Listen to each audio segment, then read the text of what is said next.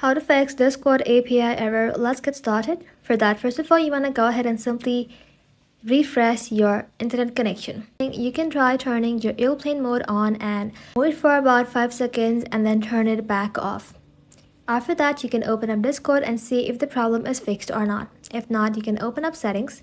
Inside settings, you want to go ahead and simply tap on general, then tap on iPhone storage. Now scroll below, find Discord and then tap onto it. Now tap on Upload app, then tap on Upload app again. This will help you remove temporary files and clear the cache without deleting your account data. After that, reinstall the application. Now if you're still having issues, you want to go ahead and simply open up your browser. In the search bar, search for Down Detector and just like that, search for Discord. If you see a huge spike in report, that means Discord server are currently having problem. Unfortunately, when Discord servers are down, there's nothing you can do except wait for Discord to fix it. Usually the server come back online pretty quickly, so keep checking every few minutes. That's it.